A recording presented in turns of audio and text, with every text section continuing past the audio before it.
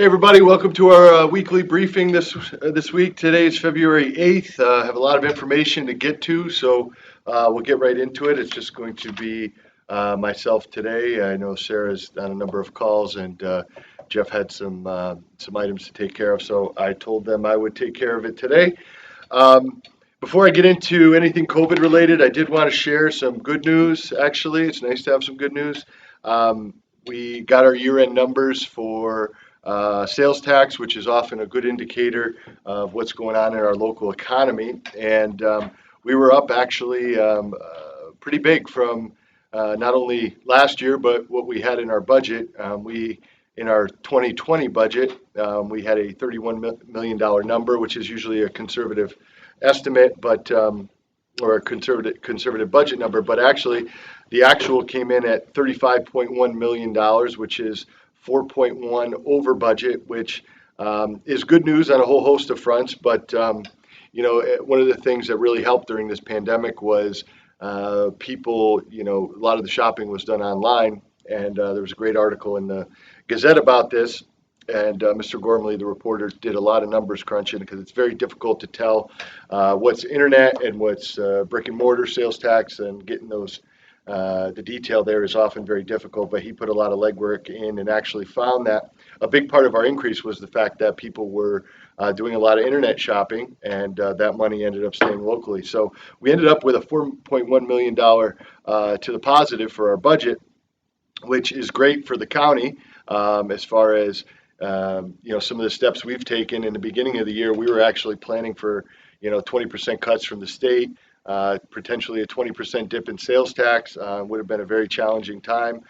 We also had a hiring freeze for some portions of the year, and did some furloughs during certainly when COVID was in full swing, especially in the beginning. So with the surplus of the sales tax line, in addition to some of the other steps we've been taking to save money over the course of the year, we are now, for the second year in a row, likely going to build our fund balance, put the county in a better financial situation. But also, people often aren't aware that 40% of sales tax is shared with the towns and the city in the county. So actually, that's going to be 1.64 million additional funding for the city and the towns in Montgomery County. So that will be welcome news, and certainly help on a whole host of fronts. So that was the good news, and we were actually up from $33 million in the previous year. So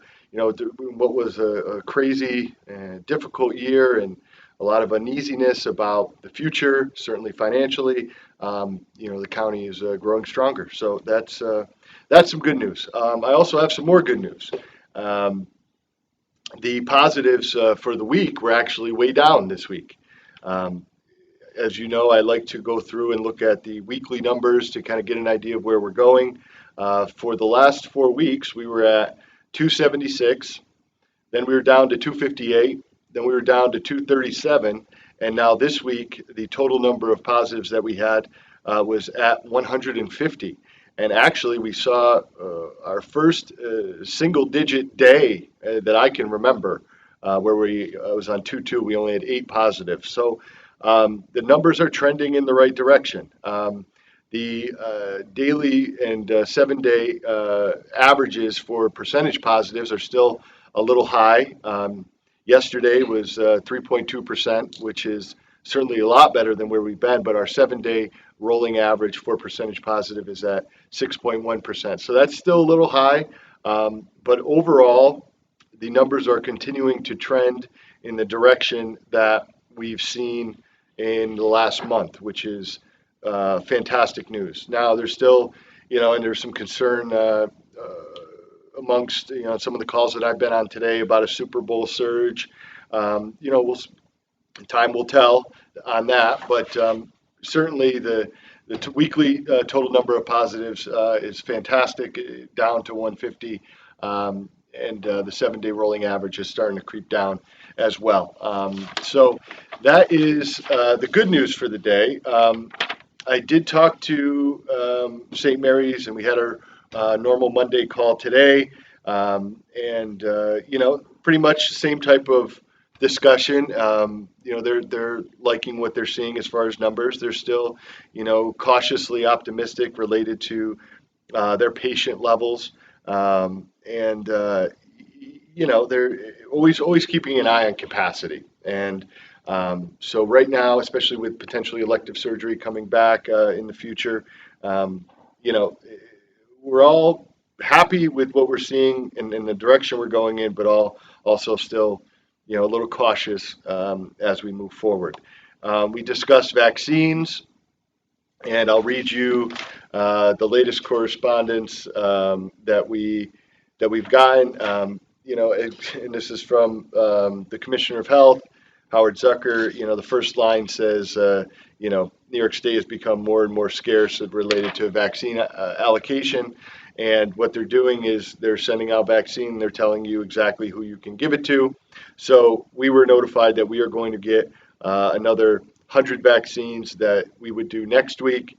I had a call into the mayor of Amsterdam. We'll circle back later, but we've been talking about doing a site in Amsterdam. Likely that'll happen next week. But again, we still haven't received that vaccine. So we're going to prepare to do that. But this allocation that we've received can only be used for essential workers. So as far as the vaccine goes, the supply is still very, very scarce. There's 100 for us, and St. Mary's was notified that they're going to be getting 100. And we've all been sharing information, sharing lists. There's no shortage of people that want the vaccine, which is good, but there is certainly, the supply just still isn't there. And that's largely the federal government. And again, I'll remind people, it's not like we can go right to the manufacturer and purchase vaccine. We are dependent on these allocations that go from the federal government to the state and then to us. And then when they come to us, they are given a prioritization of a population. So, for example, this week we are working on folks that associated with Liberty, folks with developmental disabilities, and staff of those facilities for 100. The other 100 is essential workers, and St. Mary's has been told that they have to focus on healthcare workers. So it leaves the most, one of the most critical populations that is noticeably absent from this discussion is those that are 65 plus, and I have some really, really big concerns there because it appears that the strategy from the federal government as well as the state is that those that are 65 plus will be vaccinated through local pharmacies. In recent weeks, we have not been given supply for 65 plus. This is a problem for a host of reasons. The first is that, let's just take Walgreens, for example. If you're going to get vaccinated at Walgreens, it requires downloading an app and then signing up on that app and then going to Walgreens. For some that are 65 and are savvy with their smartphone or computer, then that might not be a problem. But we have a lot of people in this county that having to sign up via a smartphone or a computer is going to be a big challenge. And in addition to that, one of my other concerns about having the pharmacies be a primary source of vaccine for those that are 65 and plus is that the capacity isn't necessarily there. I do not believe that the pharmacies have the capacity to do 200 vaccines in a day like we just recently did in St. Johnsville. And we are prepared if we had, say this number that was 100 turned into 2,000, we could do 400 a day or 800 a day for 5 straight days and meet 1,000, 2,000 vaccines in a week. I'm not sure that the pharmacies can do that. We also have the ability to change locations. Our location in Fonda and the way the staff has really stepped up has been working out very well. And the other locations that we have, the Riverfront Center in Amsterdam, as well as the elementary school in St. Johnsville, are all very easily accessible, plenty of parking, security's there, and we have large enough spaces where we can have 4, 5, 6 vaccination stations, have a nice waiting area for both people coming in and to be observed after they get their shot. and then have space to do the registration for the second shot, or the appointment scheduling, I should say. And so, my comments on my state call today with Department of Health and the governor's office was that exactly what I just said. Is that I'm really concerned about the pharmacies as a primary spot. And I think that states should reconsider, certainly when the supply is larger, counties, in addition to hospitals, to handle those numbers, because we have all the resources in place to do 1,000, 2,000, maybe even 3,000 shots a week, if we needed to. And right now we're kind of just waiting for that supply, and that supply doesn't appear to be growing in any great regard anytime soon. And it's a shame because we have well over 3,000 people on our wait list. When you get 100 vaccines for the week, it doesn't really do a lot to put a dent in that wait list. And we're getting calls and calls and calls, and we have people calling back for the third, the fourth time, just checking in to try to get information on what's going on. And it's frustrating to say the least. So in talking with Morgan and our staff, we're going to start with the sending out some emails to people that are on the wait list regularly to give them an update on where we're at, what's going on, and at the very least just to give people information, and so they don't feel like they're being left in the dark. Taking those calls, taking the voicemails, making the callbacks, answering the phones, putting that information into an Excel spreadsheet, preparing that information to be sent out in an email blast. It's a lot of work, and the team's been doing a great job doing that. And we're going to start, as we go forward, communicating via email to the best we can to keep people up to speed with what's going on. So those are my big topics of the day.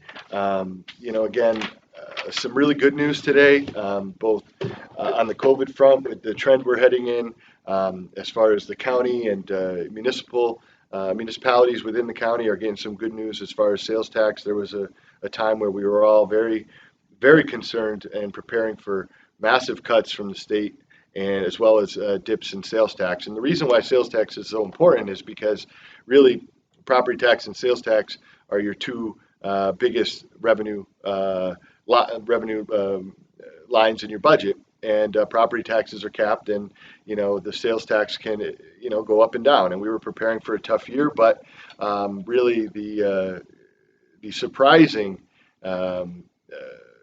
element here, and which was very well reported in Mr. Gormley's article, is the fact that a lot of the spending on that happened, how many trips to Crossgates didn't happen, and you purchased your Christmas gifts or holiday gifts on Amazon, and that sales tax ended up staying locally, which resulted in over a $2 million increase from last year, and we're at a $4 million increase, and that'll certainly help the fund balance and put the county in a much stronger position moving forward. So if you would have said that in the beginning of the year, I probably would have said you're lying and crazy. But we prepared for the worst, hoped for the best, and so we did get some good news. So you have that, and then the information that I shared about COVID. So that's pretty much the big issues for the day. I'm very concerned about the pharmacies being a central location point, and but I talked about that, and we'll move into some questions. After someone tests positive and goes into quarantine, do they then need to test negative in order to stop quarantine? No, so the quarantine ends after 10 days. It depends, there's often more requirements for returning to the workplace, and you would have to check with your employer, but your paperwork should tell you when your end date of your quarantine is. Do 65 plus have to get vaccine at pharmacies, or will Montgomery County continue to give those vaccines? You do not have to. So the question was, do 65 plus have to get it at the pharmacies? No. If you are able and to get on the computer, again, just like I've always said, I would encourage people to get the vaccine wherever you can, whether that's a state site, people have gone to other counties. So I would certainly try to do that if you can. Again, we're told that the pharmacies will be getting supply, so if there's supply at a pharmacy, I would encourage you to do that as well. My concern is that it appears at this time that that seems to be the primary focus for the federal government and the state. So it just ties our hands when you get 100 vaccine and it's allowed only for essential workers. So it doesn't give us a lot of flexibility. I think as we go forward, certainly we'll be doing 65 plus. It's just we are not going to have, it'll be a case where we may have not been able to, or like we have in the past with OPWDD, where we may have exhausted a particular set and we have some left over, then we can do it. Or we have some people on standby should, people cancel their appointments. So we do plan on absolutely having to do 65 plus in the future. It's just there's not a lot of detailed information about how that's going to happen over the next few weeks. When can those with underlying health conditions receive the vaccine? So you'll see again, and this is the part that's a bit doesn't pass the smell test, I guess. You get a correspondence from the Commissioner of Health from the state of New York saying, essentially the federal government opened up eligibility without the supply, but then the state just followed suit and opened up eligibility again to those that have conditions such as cancer and things of that nature. So you really got to check what your health status is with that of what the eligibility requirements are. But again, I would reemphasize that the eligibility isn't necessarily as important right now as the supply. We do not have the supply to meet those that are eligible right now. So depending on what your underlying conditions are, will depend on whether you're eligible or not, and then can go try to find a vaccine in various avenues. So I would, I'm sure we can post if we haven't already the latest eligibility expansion, and I would just check that to see if you apply. If you don't, then I'm sure that'll be coming shortly after. Can you let us know when you will be phoning people on the wait list day of or day before so that we better know when to stay at home and keep our phone lines open, announce on Facebook or email us ahead of time? We don't want to miss the call. No, that's a good question. I think, yeah, I mean, we could certainly take that into consideration and potentially do something like that. I'd have to talk it over with Sarah. I mean, usually, I believe the calls usually happen at the very end of the week, beginning of the week. But we'll certainly double check and look into that. The right now, again, I think the bigger issue is that we have a wait list of over 3,000 people and only received a weekly allotment of 100. So that and again, I only increases the I don't want to miss the call type of situation. So certainly we'll keep that in mind and see what we can do moving forward. Oftentimes, I'm sorry to cut you off, but oftentimes, we're working out, like for example, with essential workers, we're working off of, lists that people are giving us and things of that nature, fire departments, municipal workers, things of that nature. So I think that'd be more applicable to the larger sets, like a 65 plus. Governor Cuomo reported that our 7-day average was 2.96% for the Mohawk Valley at his briefing today. Any updates on starting up high school wrestling?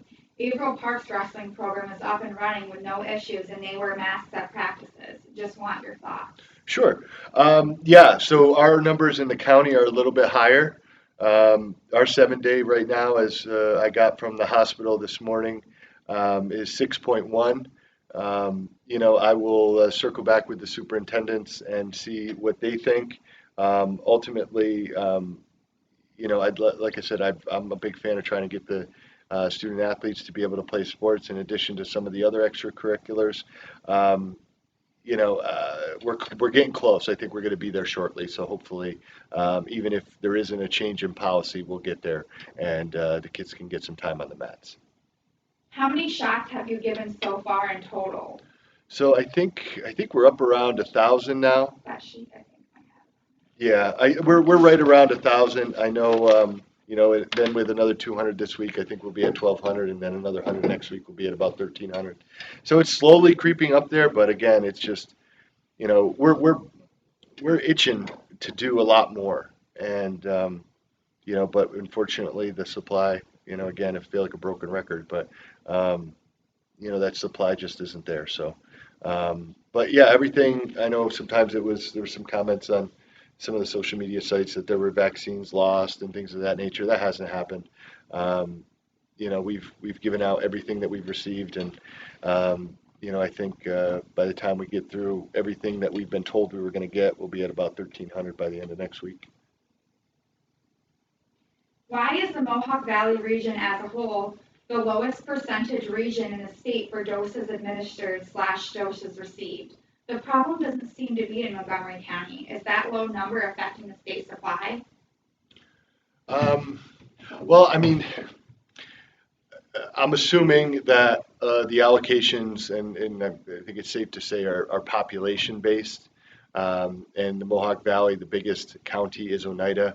We don't, relative it's to say a Syracuse or an Albany, we don't have that really, really big population center that is going to, really drive, I think, increased numbers. So they're trying to be equitable on how they distribute it. But if you went to some of these other regions, they're going to tell you the supply doesn't meet the demand either. So I haven't heard a lot of talk from the other county representatives in our meetings or calls that we're disproportionately getting hurt. I think everybody's really struggling from the low numbers, and it just stinks. It flat out stinks. And hopefully, like I've said, before, the federal government will get its act together and start pushing out more vaccine. If we have called the waitlist hotline and left a message, will we be added to the list or will we receive a call back first?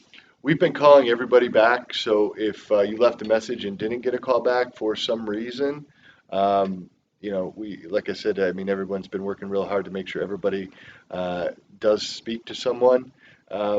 Then by all means give a call back. But if you called, spoke to someone, and have your information, and gave us your information, then we have it. It has been taken down, put into an Excel spreadsheet, and then put into our database.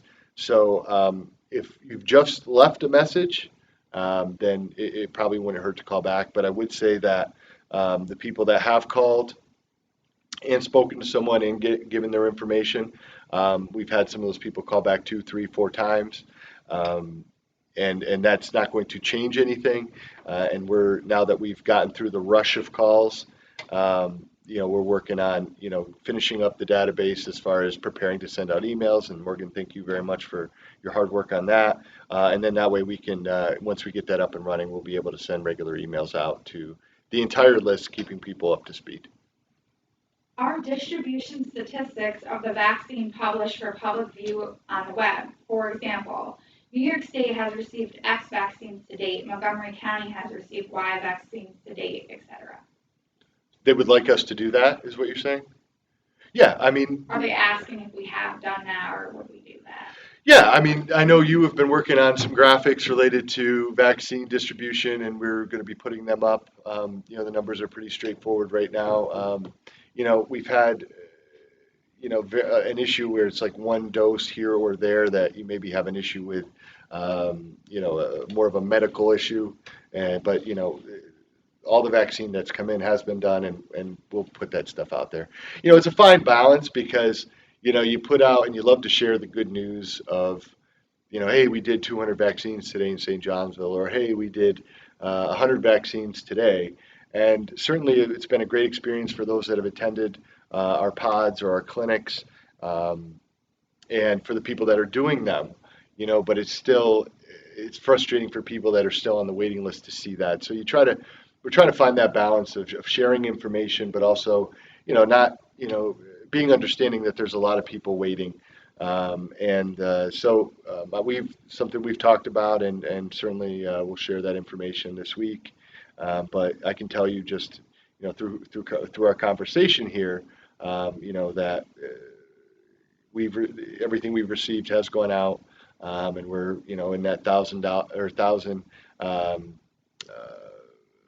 dose mark with, 200 scheduled for this week and another for hopefully for next week, and that should bring us, I think, up to 1,300. But we'll get the exact numbers and share that. Do you have a status for vaccinating, any status update for vaccinating the elderly shut-in? You know, I can't say that it's going to happen, but I can say I had a very, very good call with the state today relative to putting a plan together in Montgomery County, which we've already been working on, to have a mobile vaccination operation. And we are going to have a follow-up call with our team and some representatives from the city of Amsterdam and putting that together. My hope is that we can get that done in relatively short time, but there's a lot of work to do there. But yes, that is something we have been very vocal about. It's something Sarah has been very vocal about. And hopefully, we can get that up and running and we'll have some state support there. It was a big discussion on the call today, but there is some hurdles for us to go through moving forward, and hopefully we can get that done. I'm optimistic. Someone writes, I have called the state and pharmacy and St. Mary's is not taking any more appointments. Sign up for a wait list. Yeah, I don't believe St. Mary's is taking any more appointments. I would say, again, if that, I've heard a lot of people have had success really keeping an eye on the websites and refreshing, and as soon as they see an open appointment, then they've scheduled that. We've seen a lot of people have success doing that.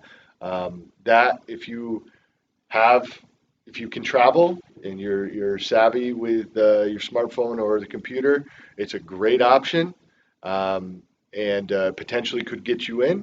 And rather than just simply be on one, I've said from the beginning that try to look at all your options to get the vaccine, and that's why my concern, very much so, is the 65 plus, because when you look at the pharmacies, and they're going to be doing them through apps, that might be a better avenue for essential workers, healthcare workers, and things of that nature. But whereas the county, which we can do registration over the phone, potentially transportation, have more accessible sites, I think we're a perfect fit for 65 plus. But I've thrown that up the chain to the governor's office, as other counties have, and we'll keep pushing. If you're vaccinated and you end up exposed to COVID, will you still need to quarantine? Right now, I believe all those rules still apply. And we haven't had anything from public health that would say differently. But, if anything changes, we'll certainly let people know, because you need the second dose, and then there's still a period of time before, the vaccine takes full effect. So, right now they have not released or changed the guidance related to that.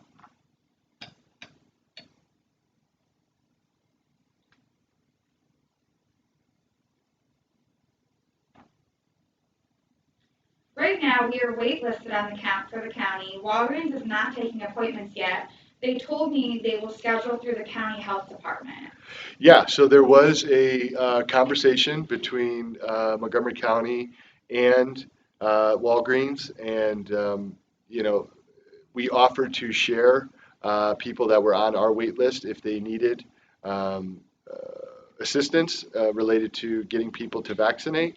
That conversation is ongoing, and anything we can do to get people that are on our wait list to get a vaccine, we'll certainly do. And there's definitely been some conversations there. There's there's no feedback when you call health office and give the information, an email, or there's no email back saying you were on the list. You mean when they call our wait list? I think so. Yeah, so that's what we're doing right now. But if public health emails us something, they've been emailing us if people have called them to be added to the wait list, and we will add them. Yeah, so if you called public health and gave your information, that will be added to the wait list. And we've actually had, and I'm really so appreciative and so thankful for the way people have responded to help. It's been the treasurer's office, public health's office, my office, personnel. I mean, we've had volunteers from all over helping out. DPW actually taking calls, and they all go into the same list. And like I said, taking those thousands and thousands of people's information and then getting it into a database and getting that ready for email distribution is what we're working on right now. So hopefully, as we get those emails out, people will have comfort that they are on the list, see confirmation that they are on the list, and that'll help resolve that issue. February 15th, more essential people will be eligible for the vaccine. Do you have any idea of who that will include? Will sanitation/janitorial people be on that list? Also, as someone who is immunosuppressed with 3 different kinds of medications, would you recommend the Johnson & Johnson vaccine, soon to be approved, over the others, being it's the only 1 dose shot and it's able to be kept at room temp? So, okay, so there's a few things there. I hesitate to comment on what's going to be announced on the 15th. We know there was just a recent announcement, and we don't know exactly, what they're going to do. So I'll hold off on there. And as far as the vaccines go, I, I think it's a very personal decision what, vaccine someone would choose. I mean, for me, I would have been comfortable with any of them.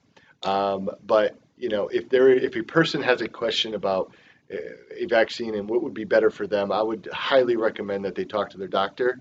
That's definitely the best thing you can do. As far as the eligibility goes, as soon as that's announced, we'll come out and share the information, talk about that information. But I don't want to certainly put my foot in my mouth and say what to expect and then have it change. If I've learned anything about this situation is that you need to expect the unexpected, just like the governor's cluster zones that were such a big piece of what we were doing and planning for, and then they all of a sudden just didn't exist anymore. So I'm very hesitant to speculate about the future.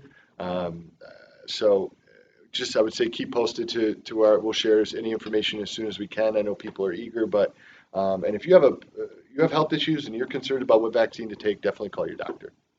Someone writes, Walgreens in Amsterdam is taking appointments. Everything has to be done online. Yeah, and that's my concern.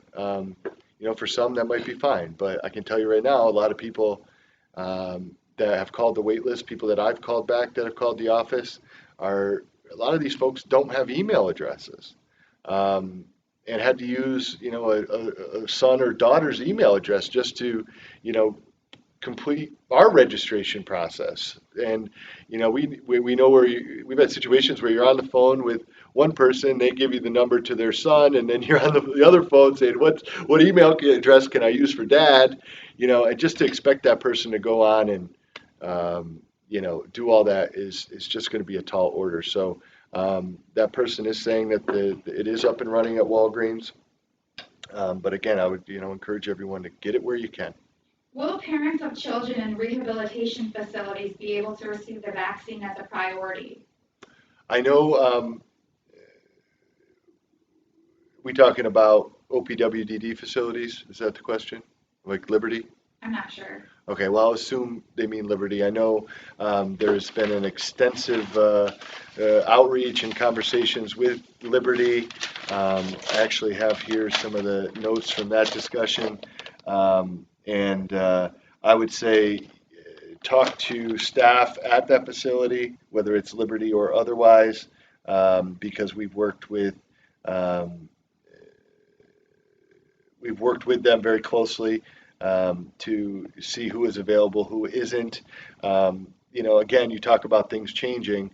As of last week, we were told we were going to have 300 vaccines for OPWDD population, and it was going to be 103 consecutive weeks. Well, that allocation wasn't there this week, so that changed week to week. So they'll have to. Right now, I think it's individuals and employees. Just one second here. If you are a caretaker, I think it may apply. But again, I would reach out to either staff at Liberty or public health if there's a concern there. Is the wait list only for 1A and 1B groups, or can those with compromised immune systems get pre-registered? So the wait list is for everyone, okay? And one of the questions that is asked is, um, what is your eligibility status and just information about you. So, if you provide that information, we'll take it and we'll put it on the wait list. We are going to work at this, and it will take a long time, but we will get through that list. I'm sure as we go through, there'll people be that got it somewhere else, there'll be people that got it at the county, and we will work through that till it's done. And hopefully, the sooner the supply picks up, the quicker we'll be able to get through it. It's the only impediment right now is the supply. A few people have asked us about like where they are in the list. hmm Do you think you can kind of explain how we get told each week where the vaccine is Yeah. going, So not like an order? yeah. So what happens is it's not in an order. One of the things I've gotten is, well, I called this date, and somebody else got a call, and they called after me. There's one of the parameters is not the date called. It's all the information that is taken is put into the list. It is sorted by your eligibility, and then when we get the information about who we have to prioritize in that allocation, then that information is given to those that are registered, and they go through the list one by one. Um, and call, and until the spots are full. So it was just too large of a data set to prioritize by the date that they called, and it's prioritized by eligibility. And there's multiple people taking calls that are merged into this list, and that's the way it's done. And I know people really are looking for more than that. But that's really the way it's done. And the reason we are doing it that way, and I'll just remind people, is because if we just put out a link and then it turns into a free for all, and then you have people from all over the place signing up. So by doing it this way, it helps make those doses really go to people that are local, and that's very important, especially when the supply is so low. When stores start giving shots, are they only 65 plus? And if so, is this because they can charge Medicare for injections? I don't know whether or not it has anything to do with the charge. I do know right now it has been 65 plus because that's the way the state's been doing it. Hospitals are healthcare workers, counties are essential workers, and pharmacies are 65 plus. Like it or not, that is the reality of the situation on the ground level in local government. Um, Whether or not they can charge, the reason they're doing it is because they can charge. I don't know the answer to that question. Um, I know we are not charging, and that was a discussion that came up. So tough question. I don't know the answer on related to if this is more of a, doesn't appear to me that I would guess not, but I don't know that for sure. Good. All right. Well, another week. Things seem to be heading in a better direction. Keep your fingers crossed. We're still hoping for more supply. That's the big issue of the day, issue of the week, issue of the month. Again, I would emphasize that we're ready to go, and we have some good stuff on the way as far as having now would be our third location, as well as potentially doing some mobile shots hopefully down in the future to help those that are homebound. And we're going to keep doing the best we can and giving you the best updates and most accurate information we can. And hopefully this is a relatively quiet week, and we'll get back on Monday and let you know where we're at. So yeah. It won't be here Monday. Oh, yes. Oh, good thing you reminded me. So, actually, next week, thank you.